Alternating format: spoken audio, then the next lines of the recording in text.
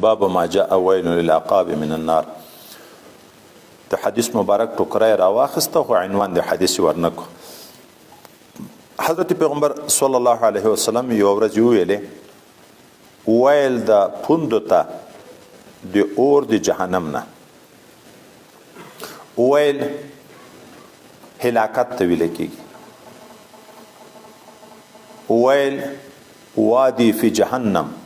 په جهنم کې یوې کندې ته ویل کیږي. د جهنم کنده ده، د اور برخه ده د هغه چا د پاره چې په اوداسه کې پوندې وچې پاتې شوي وي. دا بیا موږ تاسو ته روان ده کتاب العلم د بخاري شریف کې چې په سبق کې په زوره غږېدا څنګه ده چې استاد په زوره بیان کوي. دا به بیا دغه حدیث ذکر کوي چې جائز ده. پیغمبر علیه السلام او صحابه مبارکین په یو سفر روان دي او د پیغمبر علیه السلام معمول دا و چې په لیارې به د ملګرو شاته تلو. وخت مازدیګر ده، لمونځ ناوخته ده،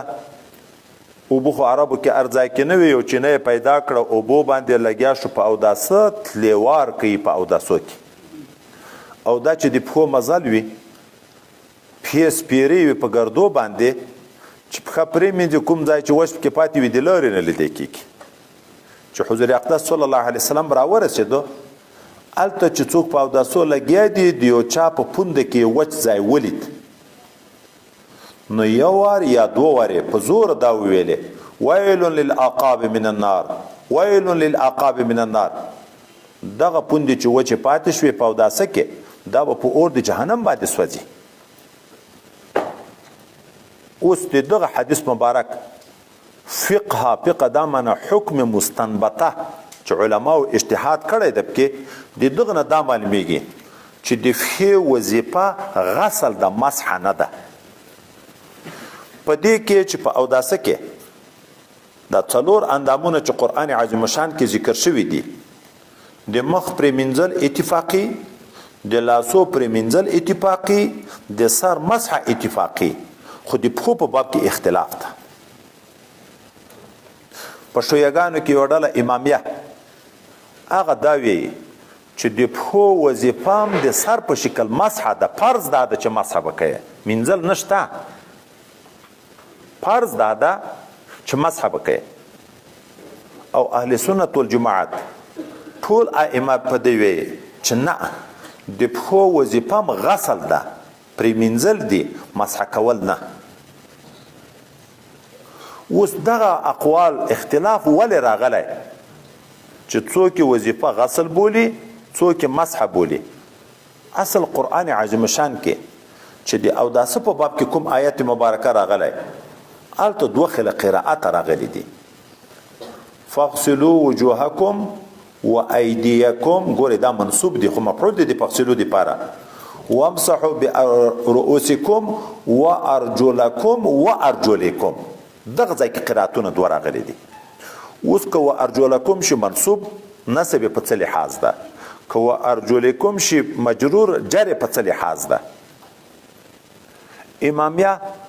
د جر قرائت ته ترجیح ورکوي او عطف کوي په نږدې رؤوسکم باندې، نو مدخول به د بی شي وامسحوا برؤوسکم و ارجلکم. نو حکم د مسح شو، په سر مسح کوي او په پښو مسح کوي. او د نسب د قرائت نه دوی څه جواب کوي؟ ګورې خو ملایان دي، دی خو یو چاته چې بېلارې کوي خو څه خو به ورته ویایې. وایي نسب په دغه لحاظ ده چې ارجلکم معطوف ده په محل د برؤوسکم، وامسحوا برؤوسکم. هغه جار مجرور متعلق ده تر رؤوسکم، خو په واقع کې مفعول ده د وامسحوا دپاره، مفعول خو منصوب وي. نو د محل په لحاظ باندې چې هغه منصوب ده دغه عطف ده په محل، او که په ظاهر باندې عطف کوي نو مجرور به وي. یو په دغه آیات د قرائت د جر باندې دی تمسک نیسي چې د پښو وظیفه مسح ده. دوم، په بعضو روایاتو کې د پښو په باب کې د مسح الفاظ راغلي دي، نو دوی تمسک په یغو روایاتو باندې نیسي چې په یغو کې د مسح الفاظ راغلي دي. اهل سنت والجماعت هغه وایي چې نه، د پښو وظیفه غسل ده. ولې قرائت نسب او چې منصوب وي عطف کوي به مخکې په وجوهکم او په ایدیکم باندې، نو د فصلو لاندې به راځي مخونه پرې مینځئ، لاسونه پرې مینځئ او پښې پرې مینځئ. یو آیات قرائت نسب په دغه باندې تمسک کوي. جر بیا د چی دی وجه نه د دې قرات نه بیا د څه جواب کوي لکه امامه او چې د نسب نه جواب وکړه د وی جر د جوار ده رؤسکم مجرور ده، نو دیغه په جوار کې بیا د چې ویل کېږي نو مجرور د جوار دی وجه نه ویل کېږي. کنه حکم د غسل ده او هغه احادیث باندې تمسک کوي چې په یغو کې یا لکه دغه حدیث وعید راغلی ده په ترک د غسل چې یو پونده وچه پاتې شوه په مسحه کې پښه لندېږي، په مسحه کې خو ټوله پښه وچوي، صرف پونده نه خو ټوله پښه وچوي، صرف درې ګوتې لندې په تېرېږي. دا چې وایي چې ویل للعقاب من النار چې پونده وچه پاتې شوه جهنم اور ده، خو معلومیږي چې وظیفه یې غسل ده. دوم په داسې حدیث باندې تمسک نیسي. دریم په هغه روایتو باندې اهل سنت والجماعت تمسک نشي چې په یوغو کې د حضرت پیغمبر علی السلام د اوداسه بیان صحابه وکړي، په یوغو کې د پخو د منځلو سلاسن چې پخیم پرې منځل درې واره په یوغو باندې تمسک نشي. څلورم په هغه قسم روایت باندې اهل سنت والجماعت تمسک نشي چې ترغیب د پخو په منځلو کې راغلی د اوداسه په فضایلو کې چې راځي چې سړی مخ پرې مینځي د مخ ګناوې د اوبو یا د اخري څاڅکي د اوبو سره ختمېږي، چې لاس پرې مینځي د لاس ګناوې د اوبو یا د اخري څاڅکي د اوبو سره، چې سر مسح کې الته بیا د مسح الفاظ ویل دي د پرې مینځلو نه، چې سر مسح کې د سر ګناوې د مسح سره ورکېږي، او چې پښې پرې مینځي د اوبو یا د اخري څاڅکي د اوبو سره د پښو ګناوې ختمېږي. دا د ګناو ختمېدنې مرتب په غسل کړه که په مسحه، خو په غسل باندې کړه. او بل امام شافعي سبي دا دوه قرائتونه چې د نسب او د جر دي دا د دوه مستقلو آیاتو حیثیت لري، نو د هر یو محمل جدا ده. د پښو دوه حاله دي، یو حالت تخفف چې موضع د سړي پښو یي، یو حالت تجرد چې موضع نه یي پښو. چې نه یي پښو هلته حکم ده د مینځلو، چې موضع پښو یي د مسح جواز شته که نشته،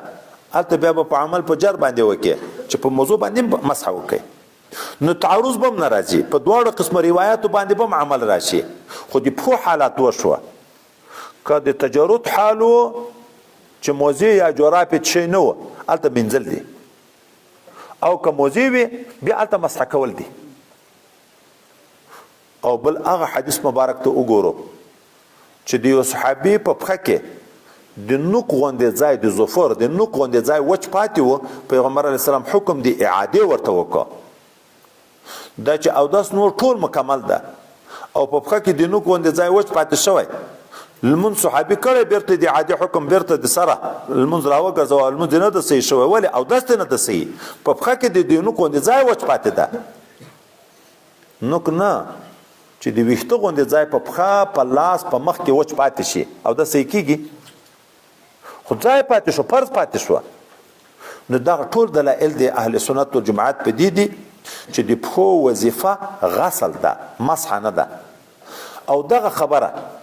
چې د پښو وظیفه غسل ده دا په واقع کې که سړی د دلایلو ته وګوري، قرآن،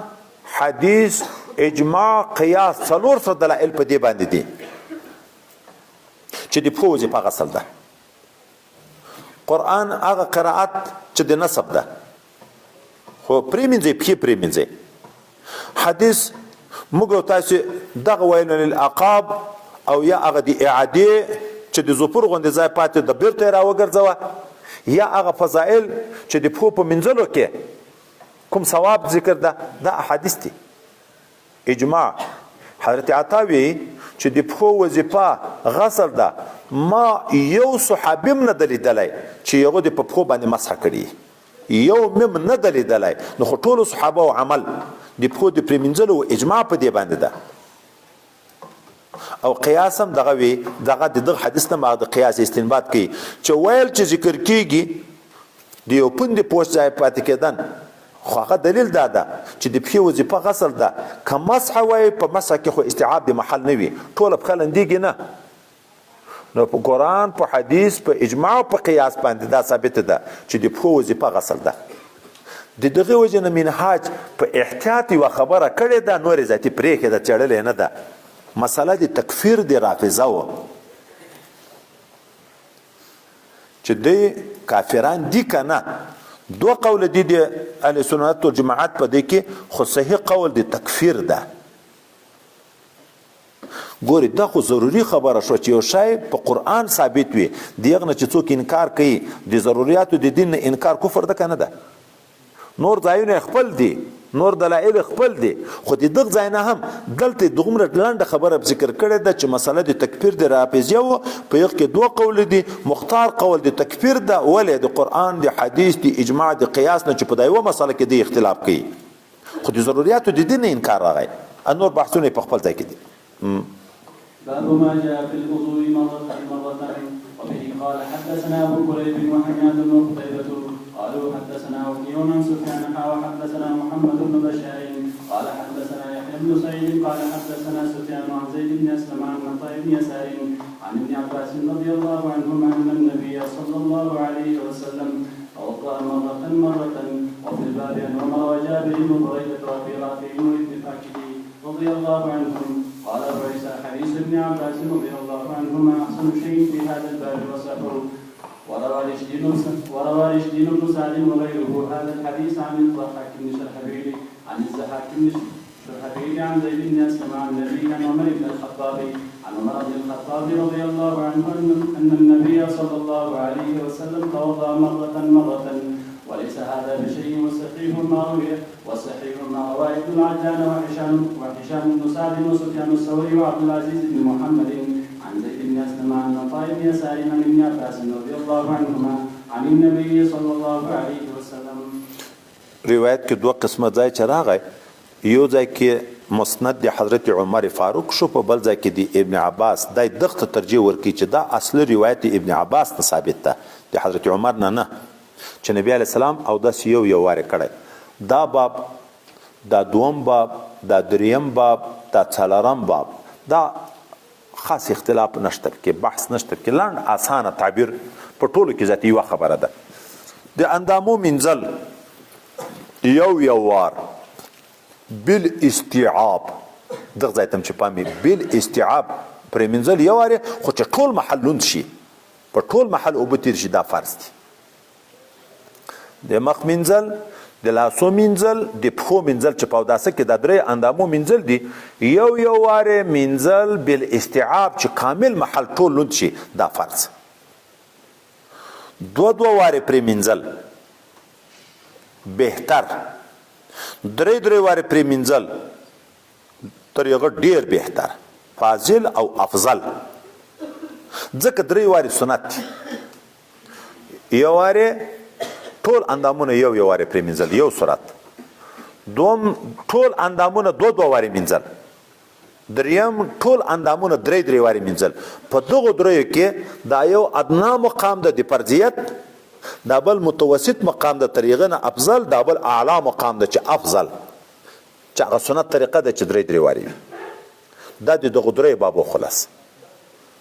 دا بل باب بیا جامع د دغه درې بابو ده داسې نه معنا چې په یو اوداسه کې یو وارې او دوه وارې او درې وارې دي بیا داسې باب ذکر کوي چې نبی رسول الله یو وارې هم اوداس کړی دوه وارې هم اندامونه منځلي درې وارې منځلي دي د دغه ټولو بیرته لکه یو خلاص د درې سره بابو دا بل باب بیا خلط را نقل کوي که په یو اوداسه کې دننه څوک داسې وکړي چې بعضې اندامونه دوه وارې پرې منځي بعضې درې وارې پرې منځي یا بعضی یو واره بعضی دو واره بعضی درې واره دا هم جائز ده خصوصا په وخت کمبود اوبو کې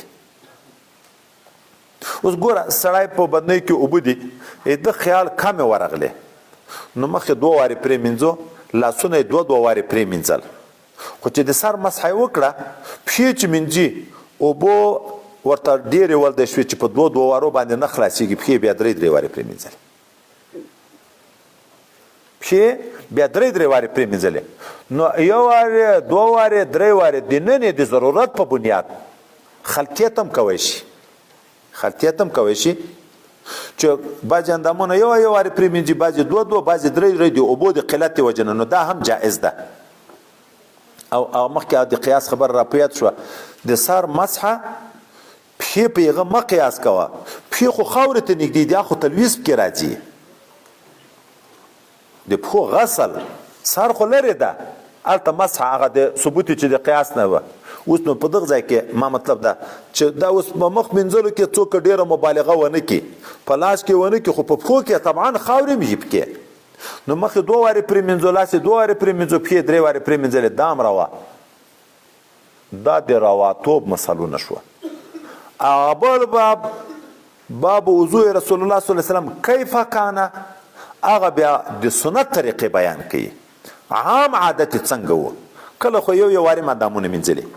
کله دوه وارې اندامونه مینځلې کله درې وارې کله بیا ګډ کړي دي بعضې اندامونه دوه بعضې درې عام عادت څه و نو هغه کې باب کې بیا هغه عام ذکر کیږي چې د تسلیس مسله ده هر اندام درې وارې پرې مینځل حتی مزمزه درې وارې استنشاق درې وارې د مخ پرې مینځل درې وارې د لاسو پرې مینځل درې وارې خو مسح یو وار تفصیل چې پکې ذکر کیږي موږ چې پرون چې ویلي وو چې مجمل په مفصل باندې مسح یو وار پښې هم درې وارې دغه عادت مستمره و عام عادت دا و نو موږ یو حال به حمل کوو په بیان للجواز بل به حمل کوو په سنتیت یو وارې جایز ده که اکتفا څوک کوي یا دوه وارې اکتفا کوي جایز ده خو سنت طریقه دا ده چې اندامونه به درې ولې عام عادت څه و عام عادت کیف کان کې په آخر باب کې ذکر کیږي دا و چې اندامونه درې وارې مینځل باب ما جاء في الوضوء مرتين وبه قال حدثنا ابو كريب ومحمد بن الرافع قال حدثنا زيد بن حباب عن عبد الرحمن بن ثابت بن ثوبان قال حدثني عبد الله بن فضل عن عبد الرحمن بن حرمز الاعرجي عن ابي هريره رضي الله عنه ان النبي صلى الله عليه وسلم توضا مرتين قال ابو عيسى هذا حديث حسن غريب لا نعرفه الا من حديث ابن ثوبان عن عبد الله بن فضل وهذا اسناد حسن صحيح وفي الباب عن جابر رضي الله عنه وقد روي عن ابي هريره رضي الله عنه ان النبي صلى الله عليه وسلم توضا ثلاثا باب ما جاء في الوضوء ثلاثا وبه قال حدثنا محمد بن بشار قال حدثنا عبد الرحمن بن مهدي عن سفيان عن ابي اسحاق عن ابي حية عن علي رضي الله عنه ان النبي صلى الله عليه وسلم توضا ثلاثا وفي الباب عن عثمان وربيع وابن عمر وعائشة وابي امامة وابي رافع وعبد الله بن عمر ومعاوية وابي هريرة وجابر وعبد الله بن زيد وابي ذر رضي الله عنهم قال ابو عيسى حديث علي احسن شيء في هذا الباب وصح والعمل على هذا عند عامة اهل العلم ان الوضوء يسير مرة ومرتين أفضله ثلاث وليس بعده شيء وقال ابن المبارك لا من إذا زادت الوضوء على 3 يأتم وقال أحمد وإسحاق لا يزيد على 3 إلا رجل مبتلا دا درې وارې آخري مرحله شوه نو وی که در درې وارې څوک اندامونه زیات مینځي د دغه نه بعد اجازه نشته او څوک چې دا درې وارې نه زیات مینځي لیوانه یې مینځي اوس د درې وارو نه زیات مینځل د یو عالم چې زه په دغه ډارېږم چې ګناهګار به شي حضرت عبدالله ابن مبارک وی دا درې وارو نه زیات مینځل دوه حیثیته لري که څوک په نیت سنتو چې بهتره دا ده چې تر درې وارو نه زیات پرې مینځل شي دین کې بدعت شو ګناهګار ده رسول الله صلی الله علیه وسلم آخري مرحله څه وه درې وارې د هغه نه زیادت نه ده راغلی که څوک په دغه نیت څلور وارې اندامونه مینځي یا پنځه وارې چې فضیلت په دغه کې زیات ده عاصم په دغه حیثیت باندې ده او که نه دغه نیت نه وي درې وارې اندامونه پرې مینځل خو یا د توهم داسې نه وي چې درې سره وارې اندامو ته پوره اوبه نه یې رسېدلې یو وارې بیا هم په تېرې که هغه سنت مکمل کوي یا د تبرید په نیت ګرمي ده درې وارې اوبه تېرې کړې سنت خو دغه بولي چې درې وارې دي خو خې سړی اوبه دي او ګرمي ده څلورم یا پنځم بیا عاصم نه بلل کېږي. دا اسم د عقیدې په بنیاد باندې خبره ده. که ثواب تر دغه نه په زیات کې بولي یا وسواسي ده یا ګناهګار ده،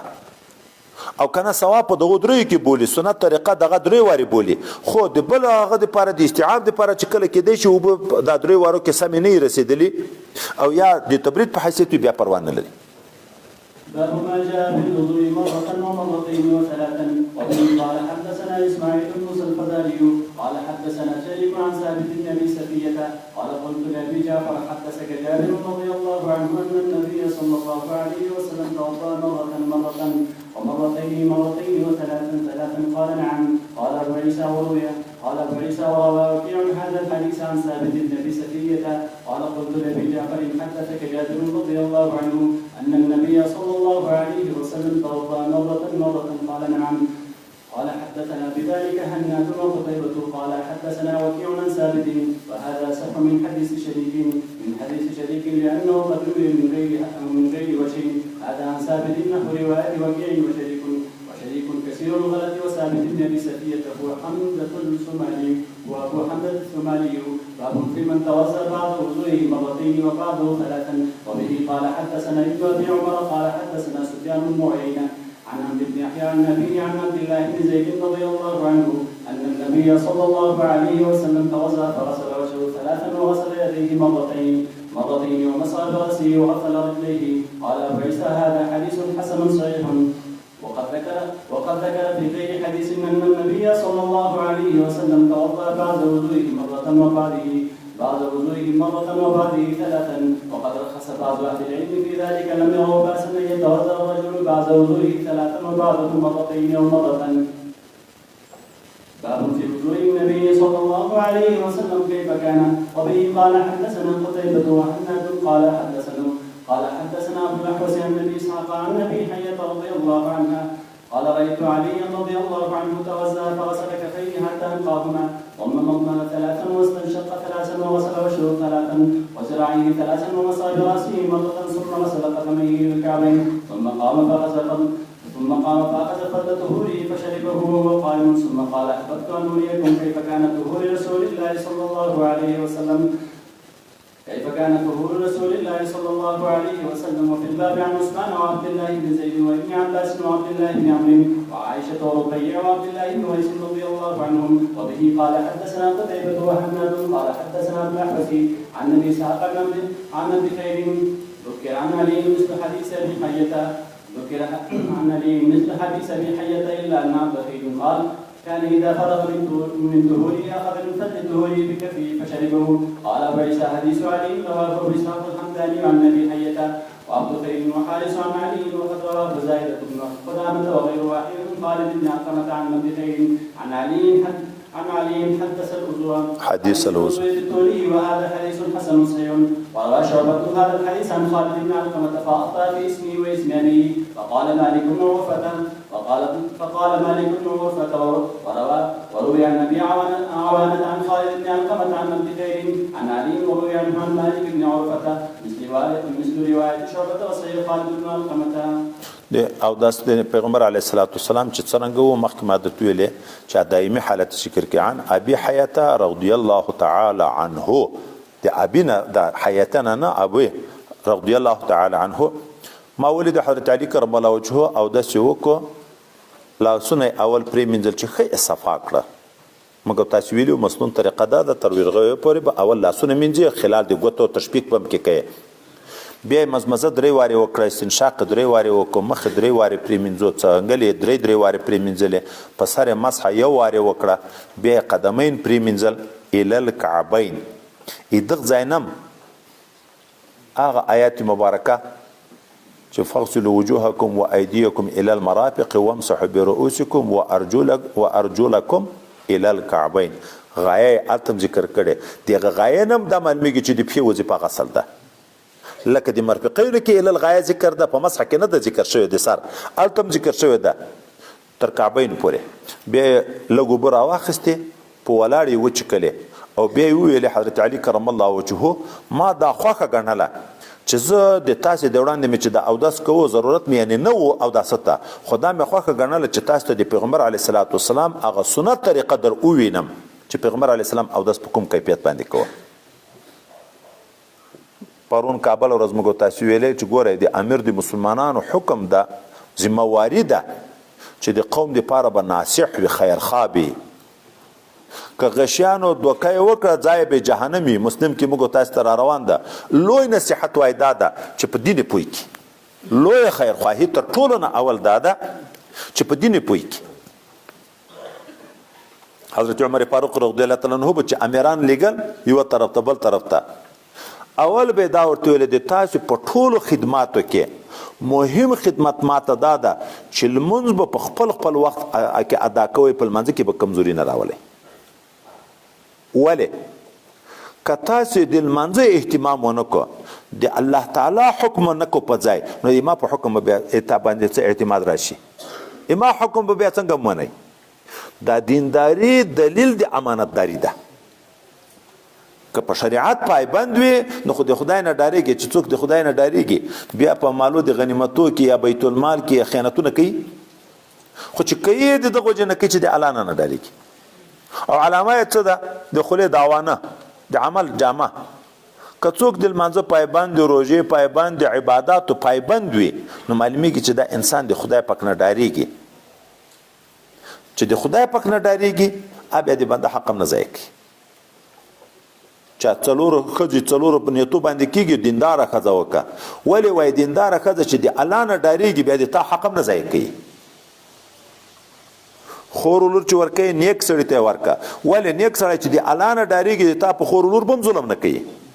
لویه خبر دا ده چې دینداري اول خپل مالک نه چې سړی غافله شو بیا د مخلوق هېچا پروا نه لري، نه د ښځې نه د میړه. نه ښځو د میړه پروا لري، نه میړه بیا د ښځې پروا لري، نه کشر د مشر، نه مشر د کشر پروا لري. نو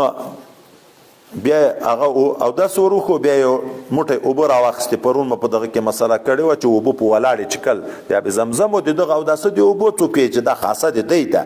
چې دا په ولاړې چکل کېږي. لکه حضرت علي کرم الله وجهه په ولاړې اوبه وچکلې، بیا ویلې اخر کې ویلې چې ما دا غوښته چې د نبي علیه صلات وسلام سنت طریقه تاسو ته در وښیم. نو دا اوبه چکلم نور مسله مې پرون کې ویلې ده.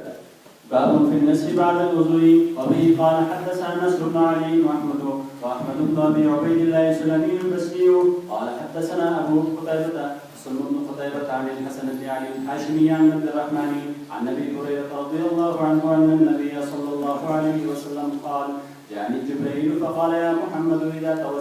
اذا توضأت فانطلق. قال ابو عيسى: هذا حديث غريب وسمعت محمدا يقول. الحسن بن علي الحاشمي منكر الحديث. وفي الباب عن ابي الحكم بن سفيان وابن عباس وزيد بن حارث وابي سعيد رضي الله عنهم. وقال بعضهم: سفيان بن حكم يعني الحكم بن سفيان وصله في هذا الحديث. د نزح بعد الوضوء حضرت پیغمبر علیه الصلاۃ والسلام نه حکایت کې حضرت ابو هريره رضی الله عنه وی چې نبی علیه السلام ویلې ما ته جبرائیل علیه السلام راغی راته ویلې چې حبیب د خدای چې کله دم اودس کوو فانتزح. وس انتزاح څه شي ته وایي؟ انتزاح استبراء ته وایي.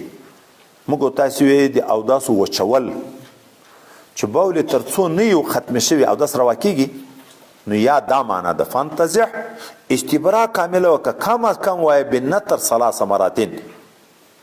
چې دا ذکر ونی کې درې واره چې یقین دي چې نور وبول نشته پاتې غنه باودس کې. انتزاح یو معنا ده. دومره معنا د انتزاح استنجا بالماء چې په اوبو باندې استنجا وایي. درېمه معنا چانکا چې اودس وکي د اوداسنه په اخر کې د خپل خښتک ته لګ اوبو ور وشنه. مراد دلته دغه ځای ده. دا د څه حکمت لپاره ده؟ د دفع د وسواس لپاره. کله انسان اول اودس خو وچ کړی وي، اودس وکړو، اوس د اوداسه په وخت کې الته اوبو په مځکه لګیږي، څه خښتک د انسان ته لګ لګ را بادیږي، د ورپام نه وي. چې روان شو هغه خپل لون پر توک چې دته ورولګېدو، دته خیال راغی چې بول راغلی ګمان کوم. اوس دغه خیال خو په امیر سړي ته پیدا کیږي ځکه څه اثر د لندوبل خو په پرتاګه باندې وي د دغه وسواس ته ورکولو علاج دا ده چې اودس ته وکړو د اوداسه نه بعد قصدن اوبه وشنه دا خښتک ته نو که جګ شوې ذاتي هغه خپل شنل خو به دې په یاد وي هغه مخکې چې په خپله در باد شوي هغه ته خو دې ورپام نه و خو چې په خپله دې وشنلې دا خو په یاد دی چې ما خپله اوبه ورشنلې دې هغه اوبه رالګېږي اوس مطلب دفع د وسواس ته بې اودس لمونځ نه ده دا نه معنا چې که یقین دیم شو چې بول راغلی زه دې بیرته اودس مه راګرځوه چې ولې خو ما خو چڼکه کړې ده وایي که تا هر څومره یقین په صحیح طریقه د اودس وکړو اودس دې م وچ کړو نصحه دې م وکړه خو بیا لمانځه کې یا لمانځه نه مخته شاته تا ته یقین شو چې بول راغلی اودس بیرته ماته اودس بیرته ماته دا خو په یو صورت کې چې صرف د وسواس مرحله وي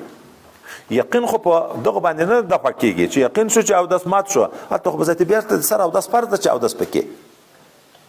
نو د ده په د وسواس لپاره علاج دا خو دا ما درته ویلې چې تا استبرا کړې وي